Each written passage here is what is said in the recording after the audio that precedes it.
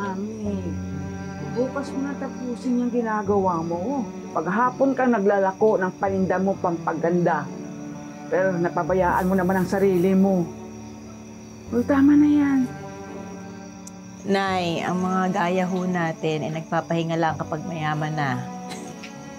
Ay, hewan ko sa'yo. Uy, Ami? Ang ganda naman itong nakaburda sa lampi ni baby. Saan mo nabili ito? Gawa ko ho yan! Sa kanya lang ho yan. Special yan para kay baby Amelia ko. Oo, special yan ano. Dahil wala kang katulad sa buong mundo. Maganda. Ay, tapos na rin. Natapos ko.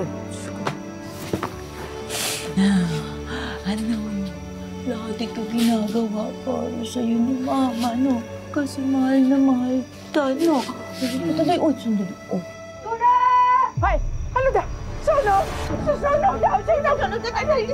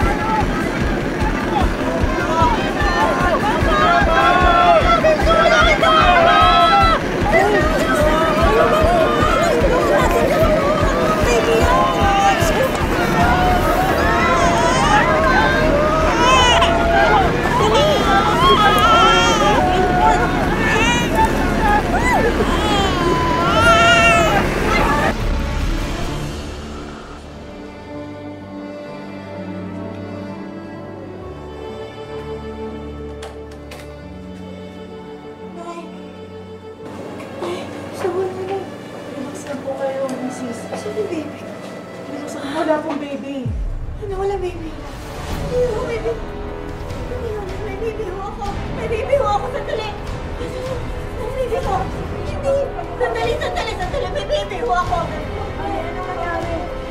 Ay, Amelia. Hindi, tanongin niyo naman po yung ibang baka nakuha nila yung bakit nandito naman. Ako niyo naman sabihin.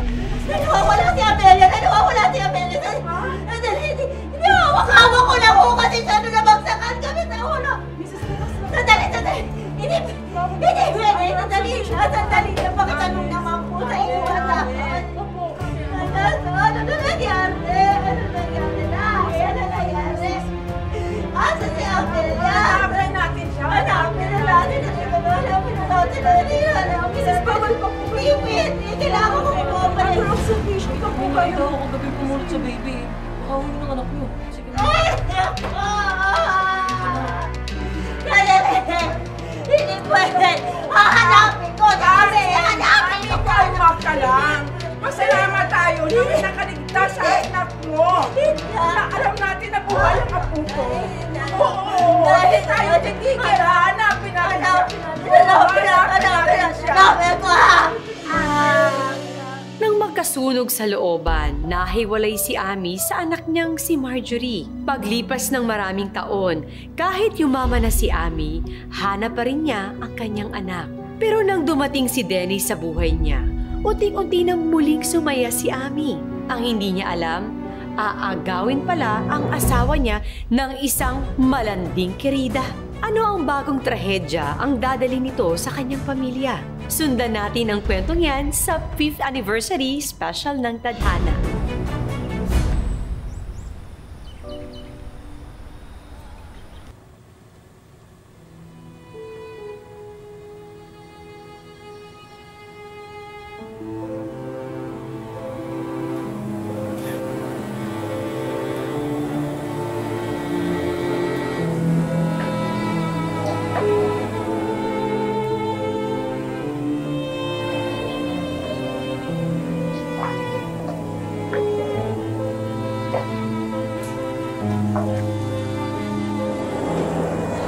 na ang buhay namin ni Nanay.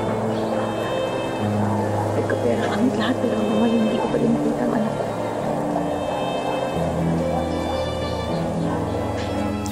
Mahirap para sa akin. Nakikita kang laging ganito, Ami.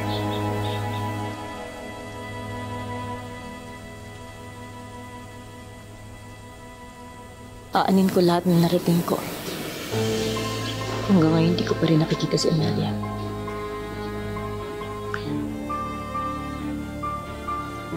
Hindi ako titigilan at hindi ko nakikita si Amelia. Ipinangako ko sa iyo, di ba? Simula na magkakilala tayo. Malaki ang utang na loob ko sa iyo, Dennis. Hindi ka umalis sa tabi ko. Pero hindi ako makukumpleto pagkat hindi ko nakikita si Amelia.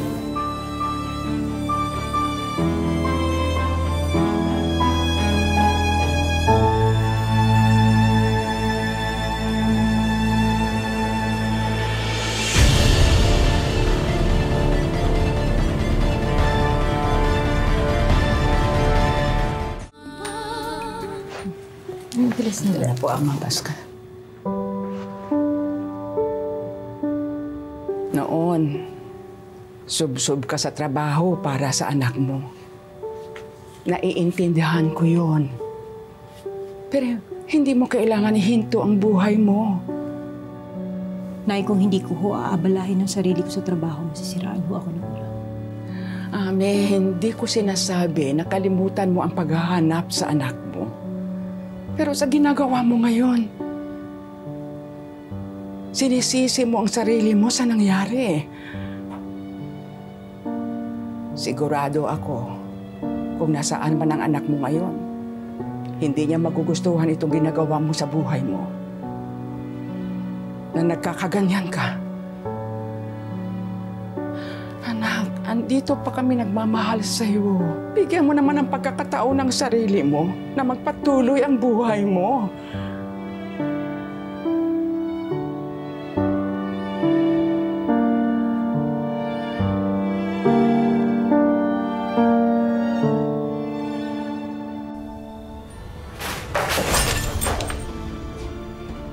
How dare you! Ako pa may problema, Ami. Oo, dahil hindi ka marunong umintindi! Intindi! Anong iintindihin ko? Naasawa mo ko pero hindi ako prioridad mo? Dennis, noon ba alam mo kung anong pinagdadaanan ko? Eh, bakit pinakasala mo ba ako kung hindi ka rin naman magbabago? Inuutusan mo ba akong kalimutan ng Hindi kita inuutusan, tinutulungan kita ayusin ang buhay mo, Ami!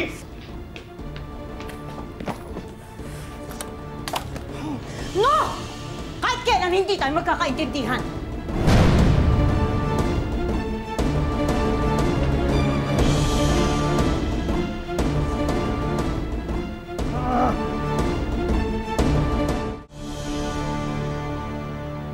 Sir, lilinisan ko lang po. Hayaan mo na yan, Charlene. Aray ko. Nabi ko na kasing hayaan mo na eh.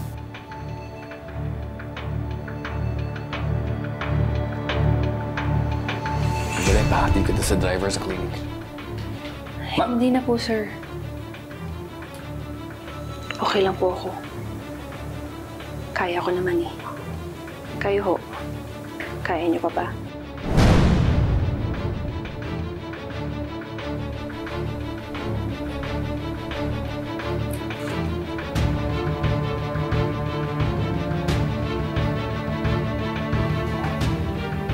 Andito lang po ako kung kailangan ninyo ng kausap.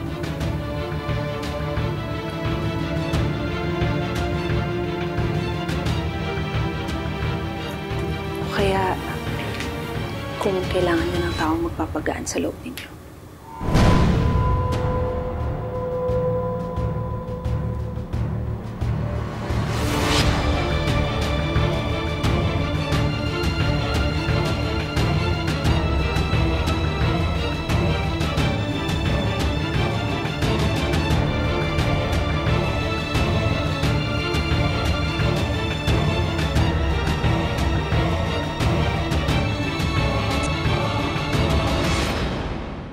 Alam mo, ang dami nang nangyari sa atin. Hindi ka ba natatakot na baka mahuli tayo ni Ma'am Ami?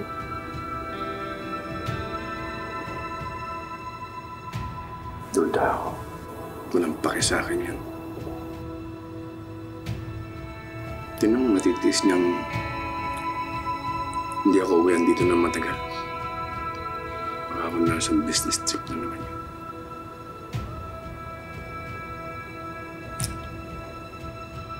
Alam mo, Dennis, kung ako ang nasa posisyon ni Ma'am Ami,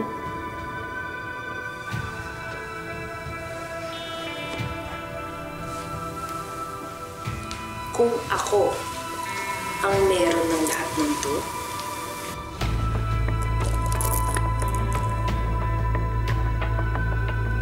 sa'yo lang iikot ang mundo ko.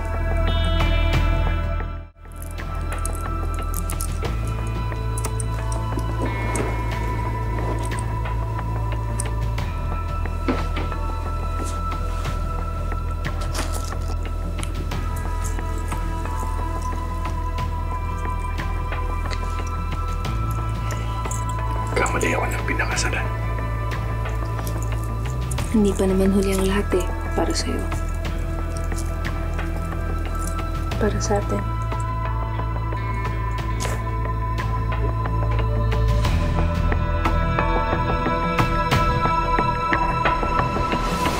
Dennis, ano ba? Tingilan mo nga ako. Kailangan kong hanapin ang anak ko. Anak? Anak, nasan ka na? Kunin mo na ako. Anak. Tama na nga yan. Paglabas ko, dapat naubad na lahat yan. Yes. Oo, ito na. Ito na. Oh, Ami, anak. Hindi ko alam na nakauwi ka na pala.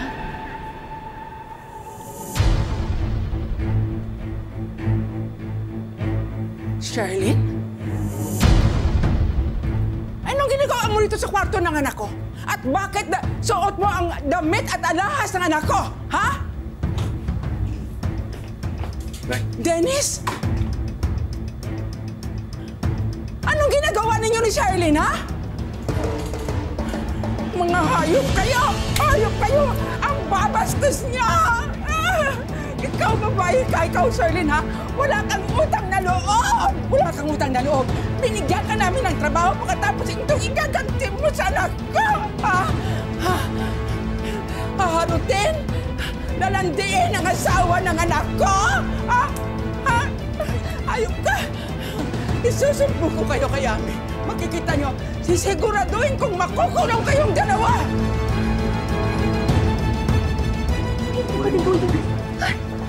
Hoy! Matanda ka! Hoy! Matanda ka! Sandali! Hindi ikaw ang sisira sa mga plano ko! Anong plano, ha? Palitan si Ami, agawin ang asawa at buhay ng anak ko! Matagal nang walang buhay ang anak mo. Ito sa'yo!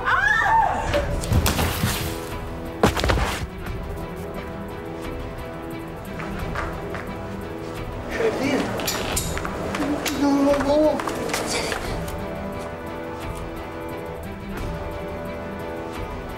Ngayon mo patunayan sa akin na ako ang pinipili mo.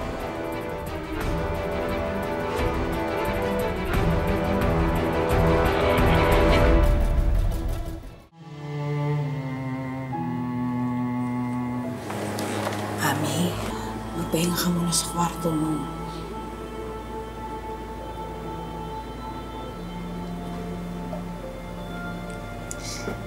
Ami,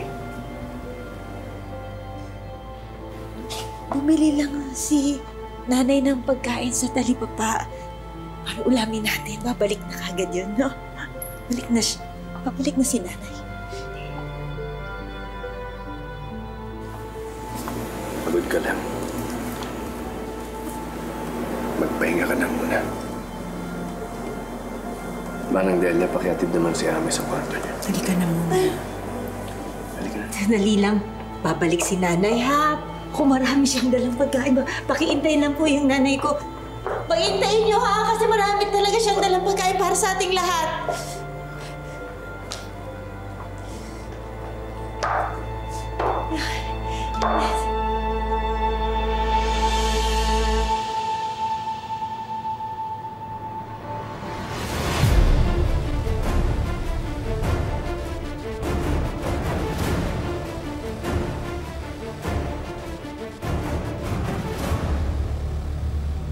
Ang inggit daw at kalandian, siguradong ang kakabit ay kapahamakan. Kaya nang mabuking ni Maribeth ang sikretong relasyon nila Dennis at Charlene, di niya akalaing yun na pala ang magdadala sa kanya ng kapahamakan.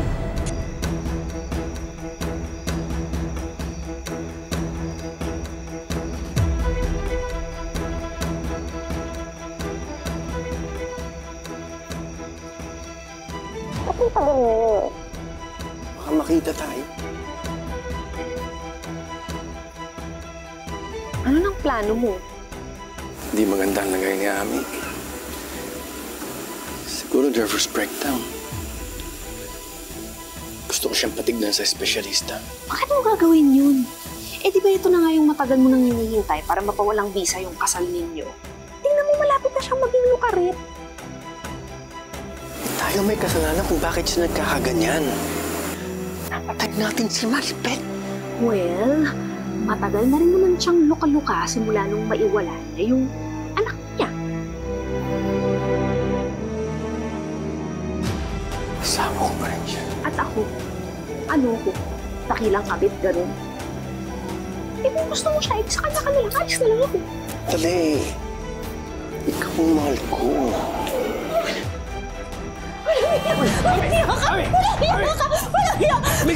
Ami!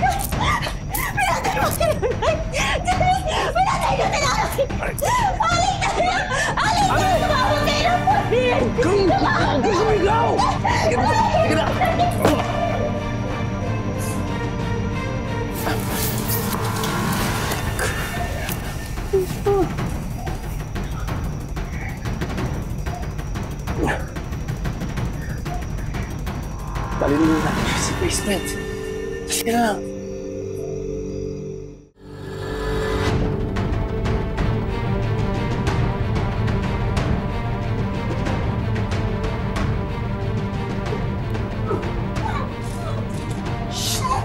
Rinig ka! Ano ba yan? Hayop kayo! Tumahimik ka at sasaksak ko to sa lalamunan mo.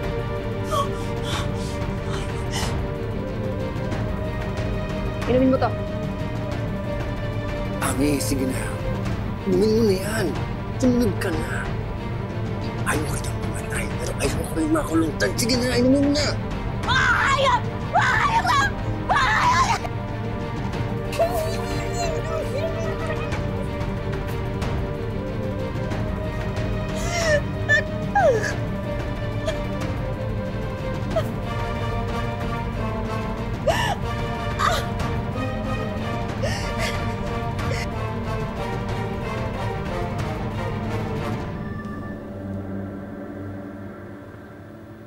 Sir, parang sobra po at ang biglaan ang pagpapaalis niyo sa amin.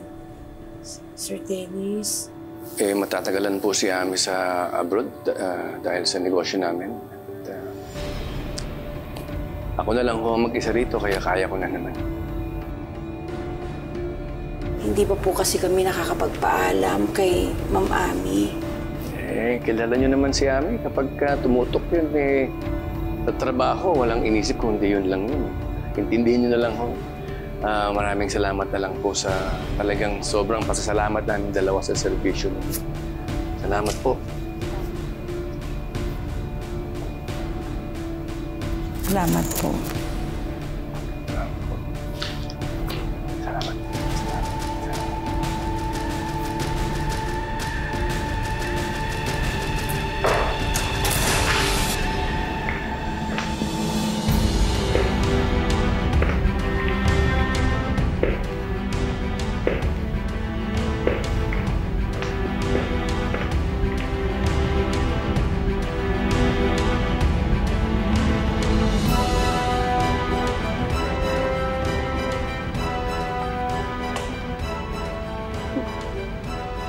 Bye, Ami.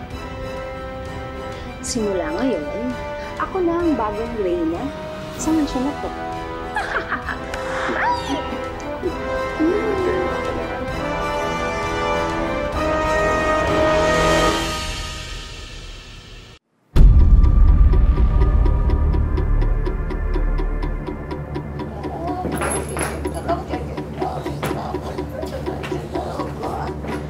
Ano ba to, Dennis?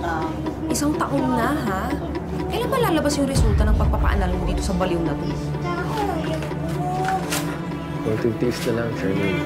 Kaya naman natin ginagawa to, di ba? Para mukhang mentally incapacitated si Ami. Bakit kasi hindi na lang natin itapon yan sa mental?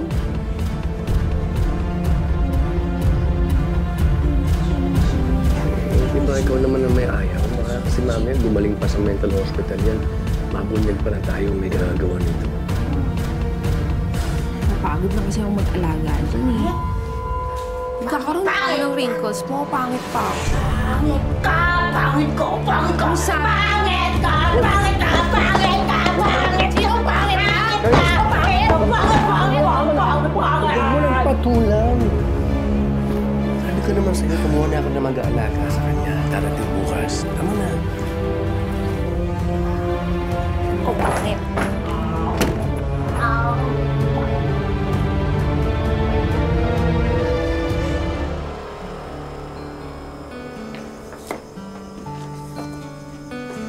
Tay.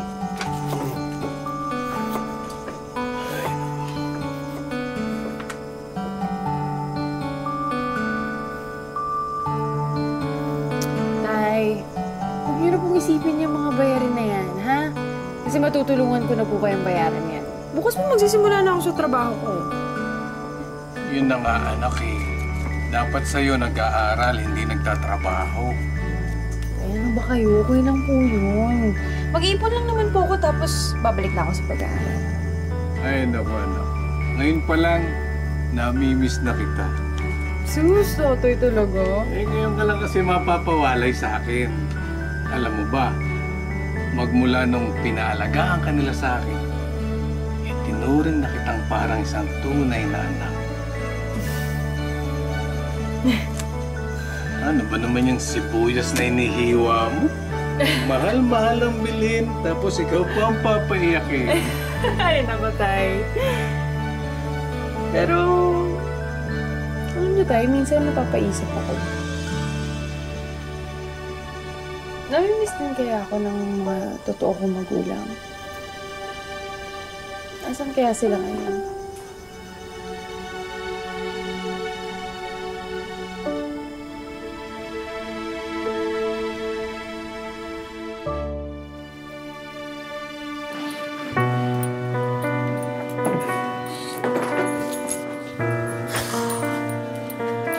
Yan. Ate ko yung aalagaan mo.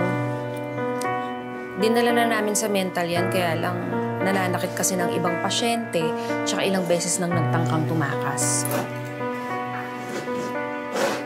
Basta gawin mo lang ang trabaho mo. Walang tanong-tanong.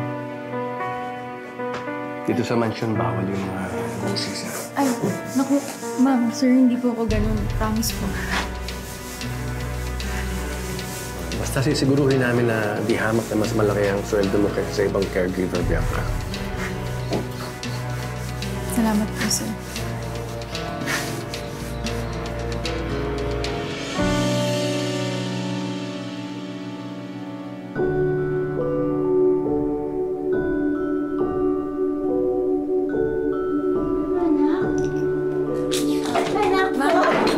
Anak ko?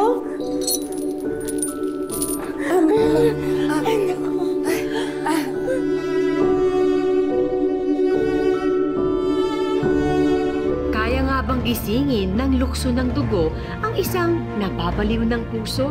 Lalabas na nga kaya ang totoo? Nako, yan ang dapat niyong abangan sa susunod na Sabado dito lang sa 5th Anniversary Special ng Tadhana. Mga kapuso, ako po si Marian Rivera. Alam mo. Oh, ayan na. Oh. Oh, ayan na. Ubus na. Oh, ayan na. Ayan na. Oh, higa ka na. Ano na ba? Oh, higa na. Ano pa ba inom nyo kay Ma'am Ami? Ano yan? asawa ko si Sir Dennis tsaka si Ma'am Ami? Oo naman. Eh, yun nga lang. Ngayon, kasama na si Charlene. Eh, si Charlene, dati ng kasambahay, kagaya ko. Yan yung lampi na suot mo nung mapulot ka. Doon sa squatter na nasusunog malapit sa tinutuluyan ko. Yan yung lampi na suot mo na ipahabilin ka sa akin. Maaaring nakita mo na ang tunay mong ina. Maaaring si Ma'am Ami ang tunay mong ina.